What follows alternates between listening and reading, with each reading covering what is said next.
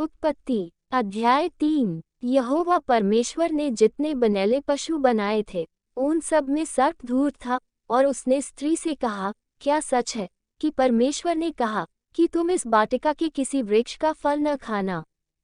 स्त्री ने सर्प से कहा, इस वाटिका के वृक्षों के फल हम खा सकते हैं, पर जो वृक्ष वाटिका के बीच में है उसके फल के विषय में परमेश्वर ने कहा है कि न तो तुम उसको खाना और न उसको छूना, नहीं तो मर जाओगे।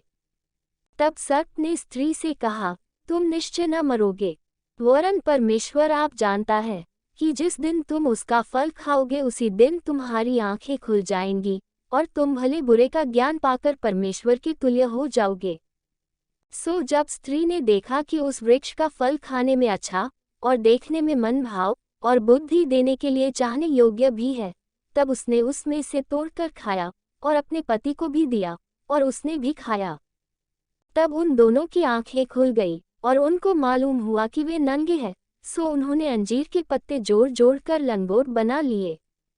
तब यहोवा परमेश्वर जो दिन के ठंडे समय वाटिका में फिरता था उसका शब्द उनको सुनाई दिया। तब आदम और उसकी पत्नी वाटिका के वृक्षों के बीच यहोवा परमेश्वर से छिप गए। तब यहोवा परमेश्वर ने पुकार कर आदम से पूछा, तू कहाँ है? उसने कहा, मैं तेरा शब्द बारी में सुनकर डर गया, क्योंकि मैं नंगा था इसलिए छिप गया।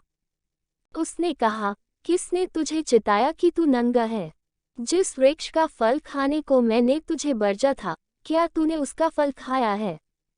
आदम ने कहा, जिस स्त्री को तूने मेरे संग रहने को दिया है उसी ने उस वृक्ष का फल मुझे दिया और मैंने खाया। तब यहोवा परमेश्वर ने स्त्री से कहा, तूने यह क्या किया है? स्त्री ने कहा, सर्प ने मुझे बहका दिया तब मैंने खाया।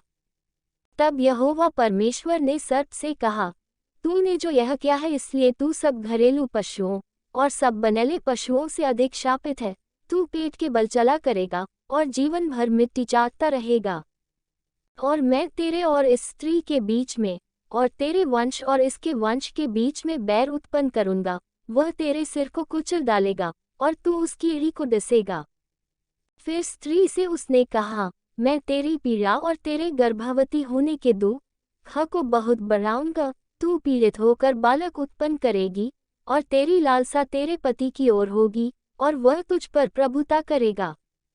और आदम से उसने कहा, तूने जो अपनी पत्नी की बात सुनी और जिस वृक्ष के फल के विषय मैंने तुझे आज्ञा दी थी कि तू उसे न खाना, उसको तूने खाया है, इसलिए भूमि तेरे कारण शापित है।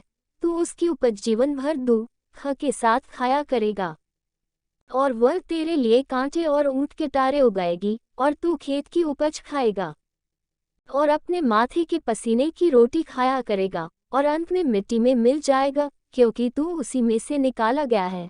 तू मिट्टी तो है और मिट्टी ही में फिर मिल जाएगा। और आदम ने अपनी पत्नी का नाम हव्वा रखा, क्योंकि जितने मनुष्य जीवित हैं उन सब की आदिमाता वही हुई। और यहोवा परमेश्वर ने आदम और उसकी पत्नी के लिए चमड़े के अंगरखे बनाकर उनको पहना दिए। फिर यहोवा परमेश्वर ने कहा, मनुष्य भले बुरे का ज्ञान पाकर हम में से एक के समान हो गया है, इसलिए अब ऐसा न हो कि वह हाथ बढ़ाकर जीवन के वृक्ष का फल भी तोड़ के खा ले और सदा जीवित रहे। तब यहोवा परमेश्वर ने उसको अदन की वाटिका में से निकाल दिया कि वह उस भूमि पर खेती करे जिसमें से वह बनाया गया था। इसलिए आदम को उसने निकाल दिया और जीवन के वृक्ष के मार्ग का पहरा देने के लिए अदन की वाटिका के पूर्व की ओर करूबों को और चारों ओर घूमने वाली ज्वाला में तलवार को भी नियुक्त कर दिया।